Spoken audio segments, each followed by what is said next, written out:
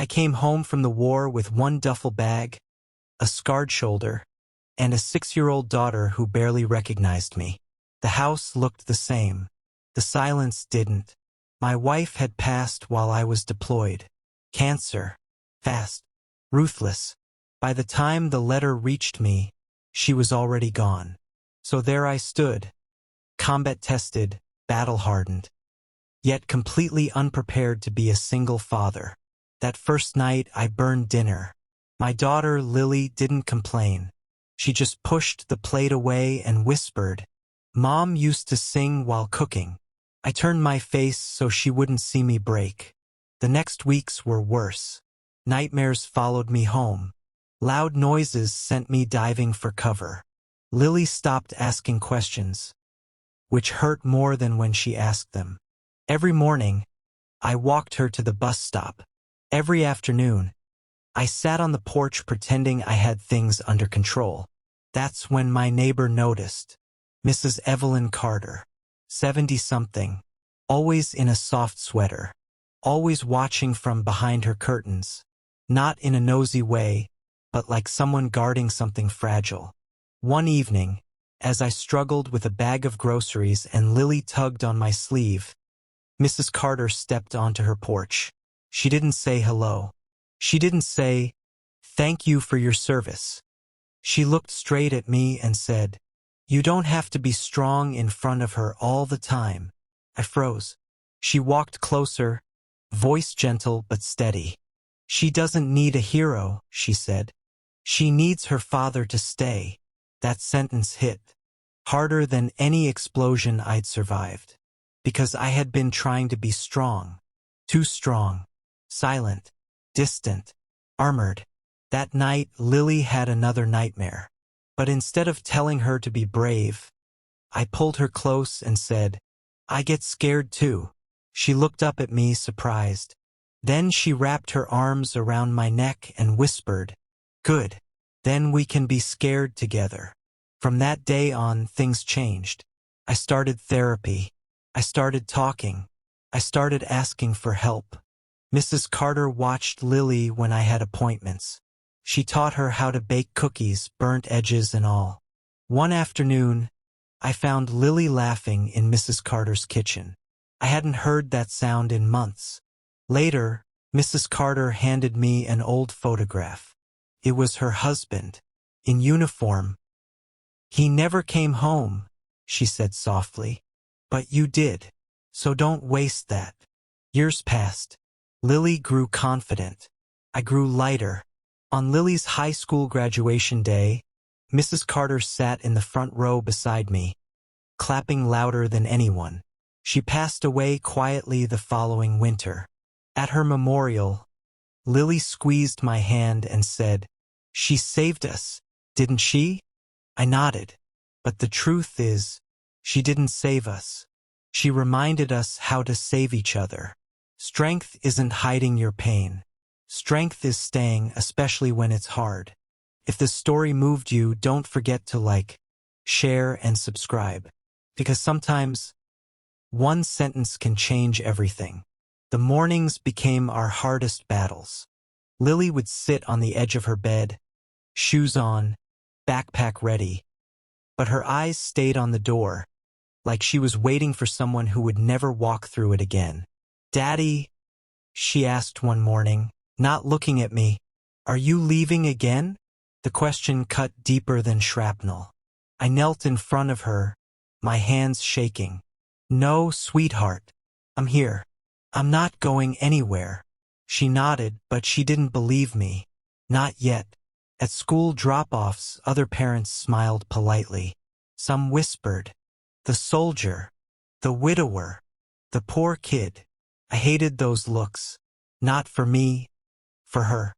At night, the war followed me home.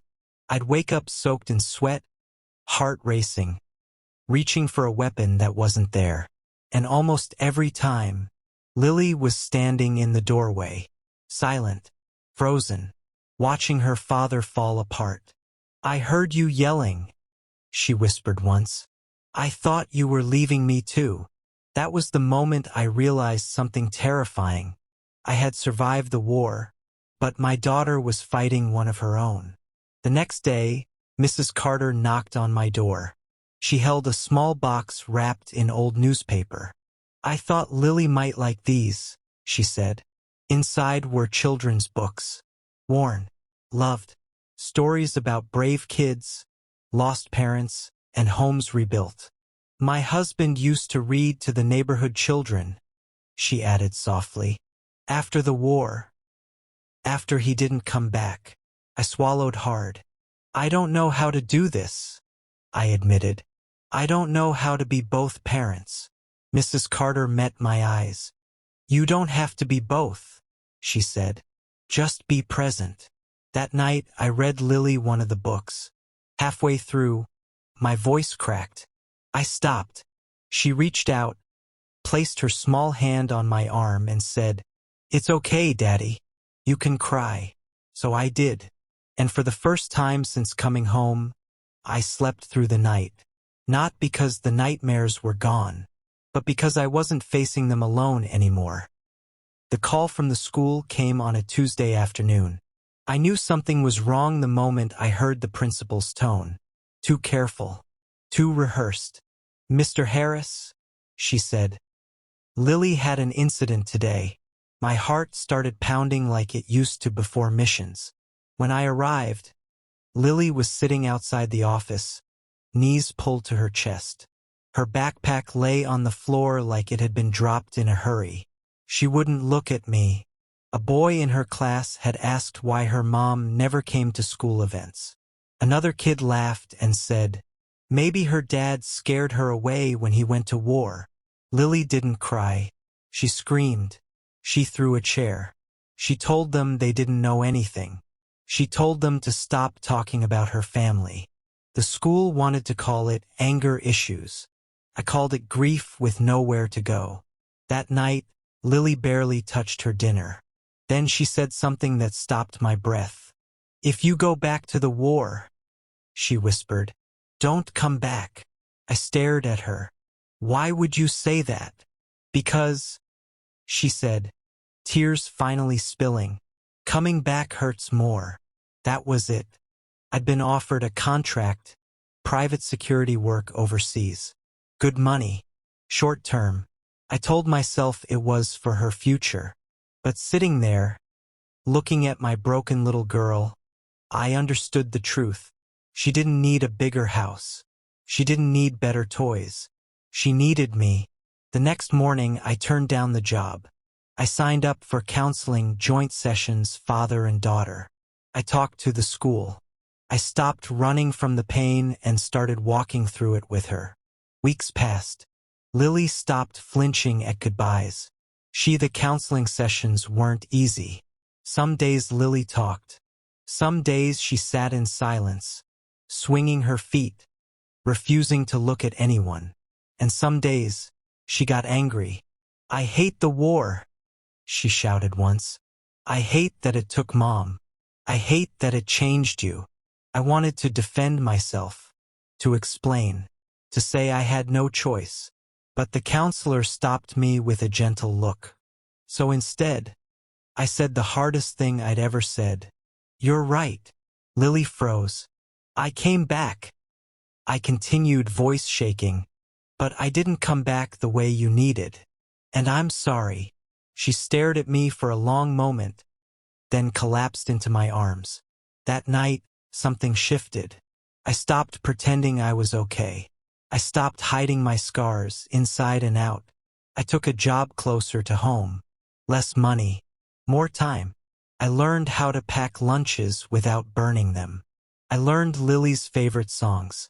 I even learned how to braid hair badly at first. One evening, Lily brought home a school assignment. "Write about your hero." I expected a firefighter, a superhero, someone else. She wrote, "My hero is my dad. He went to war and came back broken. But he stayed. And every day he chooses me." I had to pull the car over before I could read the rest. At the next neighborhood gathering, Lily stood confidently among the other kids. When someone asked where her mom was, she answered calmly, "She lives in my heart." From her porch, Mrs. Carter gave me a small nod, like she'd known this day would come. Later that night, Lily looked up at me and asked, "Daddy, are you still scared sometimes?" "Yes," I said honestly. She smiled. "Me too. But we're brave now." And in that moment, I realized bravery isn't the absence of fear. It's love that refuses to leave.